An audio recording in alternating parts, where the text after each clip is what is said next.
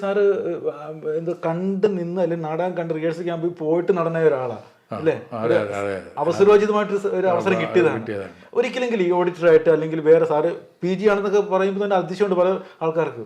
Post ഗ്രാജുവേഷനാണ് എങ്കിൽ തന്നെ ഈ അഭിനയ സാറിന്റെ മനസ്സിൽ പോലും ഇല്ലാത്ത സമയത്താണ് സാർ നടനായിട്ട് മാറുന്നത്. ഒരു ചിന്ത ഉണ്ടായിരുന്നു പ്രത്യേകിച്ച് അങ്ങനെ നടനാവണം എന്നുള്ള ഒരു ആഗ്രഹവും ഇല്ലായിരുന്നു.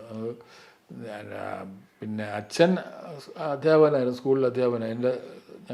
ഞാൻ പഠിച്ച സ്കൂളിൽ തന്നെ അധ്യാപകനായിരുന്നു അച്ഛൻ. കമുവറ പുരുഷോത്തമൻ്റെ സ്കൂളിലാണ് ഞാൻ പഠിച്ചതൊക്കെ. അദ്ദേഹമായിരുന്നു ഞങ്ങളുടെ ഹെഡ് മാസ്റ്ററൊക്കെ.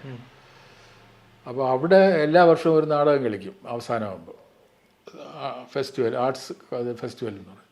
അതിൽ കുട്ടികളുടെ ഒരു നാടകം ഉണ്ടാവും, അധ്യാപകരുടെ ഒരു നാടകം ഉണ്ടാവും.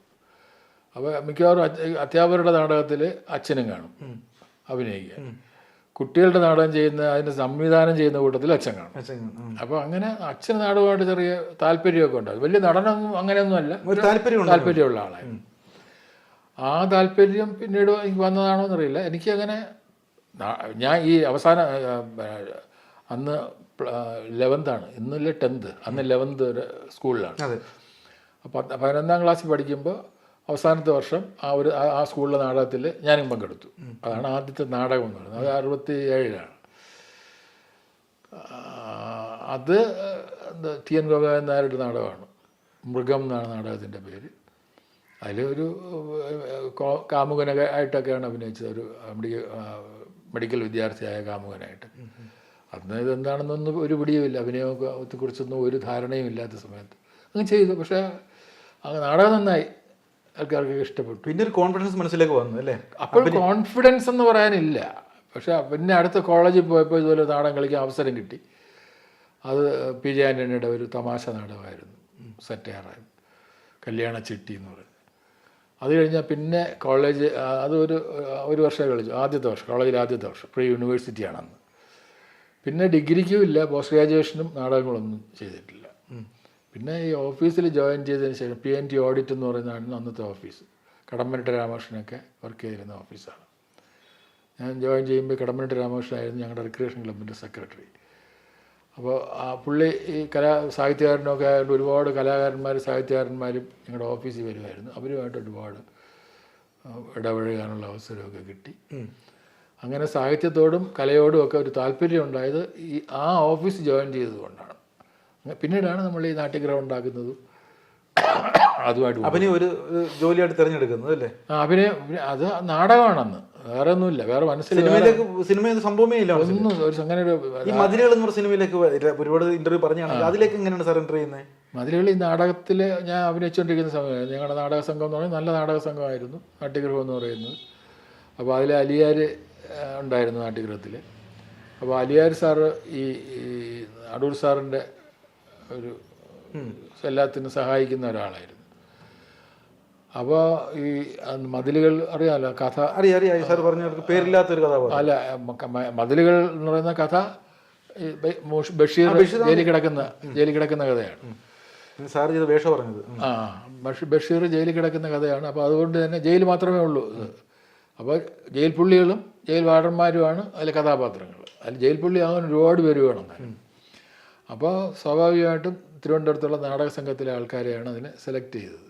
അങ്ങനെയാണ് എടുത്തത്. അപ്പോൾ കുറച്ചെങ്കിലും അവർക്ക് ഒരു പരിചയം കാണുമല്ലോ. അങ്ങനെ സെലക്ട് ചെയ്ത പല നാടക സംഘത്തിൽ നിന്ന് ആൾ പോയ കൂട്ടത്തിലാണ് ഞങ്ങളും പോയത്. ഞാനും ഞങ്ങളുടെ കുറേ ഓഫീസിൽ കുറേ പേരുണ്ട്. അവിടെ പോയപ്പോൾ ഞാൻ സെലക്ട് ചെയ്തു. അങ്ങനെ അതിൽ പറഞ്ഞ പോലെ ഊരും പേരും ഇല്ലാത്തൊരു കഥാപാത്രമായിരുന്നു. അന്ന് ശരിക്കും വലിയൊരു ബാനറിലേക്ക് സാർ എൻട്രി ചെയ്യുകയാണ് സിനിമ ലോകത്തിലേക്ക്. ഒരു ധാരണയില്ല. ഞാൻ ചോദിക്കുന്നത്, എൻ്റെ ഒരു കൗതുകത്തിന് ചോദിക്കാം, മമ്മൂക്ക എന്ന് പറയുന്ന ഒരു താരം, അവിടെ അടൂർ ഗോപാലകൃഷ്ണൻ, ബഷീർ സാറിന്റെ സ്ക്രിപ്റ്റ് എല്ലാം കൂടെ ഒരു വലിയൊരു സംഭവത്തിലേക്ക് പ്രവേശിക്കും. ഒരു ക്യൂരിയോസിറ്റി ഉണ്ടായിരുന്നു, എന്താവും എൻ്റെ ഭാവി എന്നുള്ളത്? ഇല്ല, അങ്ങനെ ക്യൂരിയോസിറ്റി ഇല്ല, പേടിയില്ല, ഒന്നുമില്ല. മമ്മൂട്ടി എന്ന് പറയുന്ന ഒരു വലിയ മഹാമേരുവാണ്, ഒരു വലിയ പർവ്വതം പോലത്തേക്ക്. അത് ഏറ്റവും വലിയ അവിടെ വെച്ചാണ് അദ്ദേഹത്തെ പരിചയപ്പെടുന്നത് മമ്മൂക്ക. അതെ, മതിലുകളുടെ സെറ്റിൽ വെച്ചിട്ടാണ്. വളരെ കോടിയലായിരുന്നു, വളരെ ഫ്രണ്ട്സിനെ പോലെ തന്നെയായിരുന്നു. ഇങ്ങോട്ട് പരിചയപ്പെടാനൊക്കെ ഉള്ള മനസ്സ് ഒരു കുഴപ്പമില്ല. അതിനുശേഷം പിന്നെ വിധേയനായപ്പോൾ പിന്നെ ഒന്നുകൂടെ ഒരേ വണ്ടിയിൽ, പുള്ളിയുടെ വണ്ടിയിൽ തന്നെ ഞാൻ യാത്ര ചെയ്യുന്നു. അങ്ങനെയൊക്കെ ആയിരുന്നു. അപ്പം നിങ്ങൾ തമ്മിലൊരു എന്താ പറയുന്ന ഒരു രൂപത്തിൻ്റെ ഒരു സാമ്യത ഉണ്ടെന്ന് തോന്നുന്നു, മമ്മൂക്കയും ഗോകുമാർ സാറും തമ്മിൽ അല്ലേ? രണ്ടുപേരും അടുത്തിടകുമ്പോഴാണ് ഇത്ര ശിശുവാണോ നമുക്ക് അറിയാൻ പറ്റുന്നത്. രൂപത്തിൽ എങ്ങനെ സാദൃശ്യം എനിക്ക് മനസ്സിലായി. രൂപത്തിൽ അങ്ങനെ പറഞ്ഞത്, രൂപം നോക്കും പരുക്ക സ്വഭാവമായിട്ട് നമുക്ക് ഫീൽ ചെയ്യുമെങ്കിലും ആ ഉള്ളറിയുമ്പോഴാണ് ശിശുവാണെന്ന് അറിയുന്നത്. പുള്ളി അങ്ങനെയാണ്. പുള്ളി ആരും നേരിട്ട് അങ്ങ് പെട്ടെന്ന് പോയി മുട്ടില്ലല്ലോ. പക്ഷെ വളരെ നല്ല പെരുമാറ്റവും ഒരുപാട് നല്ല കാര്യങ്ങൾ ചെയ്യുന്ന വ്യക്തിയാണ്. എന്തെങ്കിലും അനുഭവങ്ങൾ ഓർമ്മയുണ്ടോ വിധേയൻ്റെ സെറ്റിൽ? എന്തെങ്കിലും അദ്ദേഹം ഒരു നിങ്ങൾ തമ്മിലുള്ള എന്തെങ്കിലും ഒരു രസകര ഓർമ്മയുണ്ടോ? രസകരം എന്ന് വെച്ചാൽ ഞങ്ങൾ പിന്നെ എനിക്ക് അതിൽ ഈ ഏപ്രിൽ മാസത്തിലായിരുന്നു അതിൻ്റെ ഷൂട്ട്. കർണാടകയിലായിരുന്നു. ഭയങ്കര ചൂടാണ്. പിന്നെ ഈ ഫുഡുമൊക്കെ പിടിക്കാതെ വയറൊക്കെ പ്രശ്നമായി. അപ്പോൾ മമ്മൂട്ടി പറഞ്ഞ് നിങ്ങൾ എനിക്ക് കൊണ്ടുവരുന്ന പുള്ളിയുടെ കുക്ക് കൂടെ ഉണ്ട്. പുള്ളി അവർ കുക്ക് ചെയ്യുന്ന ഭക്ഷണമാണ് പുള്ളി കഴിയുന്നത്. നിങ്ങൾ ഇവിടുത്തെ ഭക്ഷണം ഒന്നും കഴിയണ്ട, എൻ്റെ കൂടെ നമുക്ക് കൊണ്ടുവരുന്ന ഭക്ഷണം ഒരുമിച്ച് കഴിക്കാം. എന്നിട്ട് പറയുകയാണ്, നിങ്ങളുടെ ഉള്ള സ്നേഹം കൊണ്ടൊന്നുമല്ല, നിങ്ങളിവിടെ കിടന്നു പോയാൽ ഞാൻ എന്നോട് നിൽക്കേണ്ടി വരും. ആ ഒരു ഇത് അല്ല സാർ നെടുന്നീള വേഷമായിരുന്നല്ലോ തൊമ്മി എന്ന കഥ. മമ്മൂട്ടിയെക്കാളും കൂടുതൽ എനിക്കായിരുന്നു. മമ്മൂട്ടി 30 ദിവസം, ഞാൻ 33 ദിവസം ഉണ്ടായിരുന്നു അവിടെ. കൂടുതലുള്ളത് എനിക്കായിരുന്നു. സ്വാഭാവികമായിട്ട് മമ്മൂക്കയുടെ ഓപ്പോസിറ്റ് നിൽക്കുന്ന ആൾ ആരാന്ന് അറിയാൻ വേണ്ടി മമ്മൂക്ക ഒരു ക്യൂരിയോസിറ്റി എപ്പോഴും കാണിക്കണം. അങ്ങനെ അടൂർ സാറിന്റെ പടത്തിൽ അങ്ങനെ ഒരു ചോദ്യമേ ചോദ്യമില്ല, ഉത്തരം മാത്രമേ ഉള്ളൂ. നമ്മളടുത്ത് എന്ത് പറയുന്നത് അത് മാത്രം ചെയ്യുക, ബാക്കി കാര്യങ്ങളൊക്കെ പുള്ളി നോക്കിയുള്ളൂ. ഈ പടത്തിൽ എൻട്രി വിധേയൻ്റെ കാര്യം ചോദിക്കുമോ? ഈ പടത്തിൽ എൻട്രി ചെയ്യുമ്പോൾ ഈ കഥയെ പറ്റി ഒന്നും ധാരണയില്ല. ആദ്യം ഇല്ലായിരുന്നു. എൻട്രി ചെയ്യുമ്പോൾ ഉണ്ടായിരുന്നു. ആദ്യം എന്നെ വിളിച്ച് ഇങ്ങനൊരു ആദ്യം മതിലുകളി അഭിനയിച്ചല്ലോ. അപ്പോൾ അതിൽ എന്നെ പരിചയമുണ്ട്. അപ്പോൾ പുള്ളി എന്നെ വിളിച്ചു, വീട് വരെ ഒന്ന് വരാമോ എന്ന് ചോദിച്ചു. അപ്പം ഞാൻ വരാമെന്ന് പറഞ്ഞു. അവിടെ പോയി. അപ്പോൾ ഇങ്ങനെ പുതിയ സിനിമ എടുക്കുന്നുണ്ട്. അപ്പോൾ അതിങ്ങനെ സക്കറിയയുടെ ഒരു കഥയാണ്, പുസ്തകമായിട്ടുണ്ട്. അതിൽ മമ്മൂട്ടി ഉണ്ട്.